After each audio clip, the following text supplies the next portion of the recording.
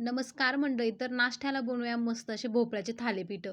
इथं अर्धा भोपळा किसून घेतला, कोथिंबीर घेतली, हिरवी मिरचीचं वाटण करून घेतलं. हिरवी मिरची, मीठ आणि लसूण, जिरे घालून कोथिंबीर टाकली. तर ज्वारीचं पीठ घेतलं, त्यानंतर गव्हाचं आणि बेसन पीठ घेतलेलं आहे. त्यानंतर पीठ मस्त मळून घेतलं. मळून म्हणजे असं पातळ सैलसरच घेतलं. त्यानंतर तव्यावरती ना तेल टाकून घेतलं. तवा गरम झाल्यावर त्यावरती ना असं थापून घेतलं पाणी लावून. अशा प्रकारे मी मळून घेतलं होतं एकदम पातळ पातळ.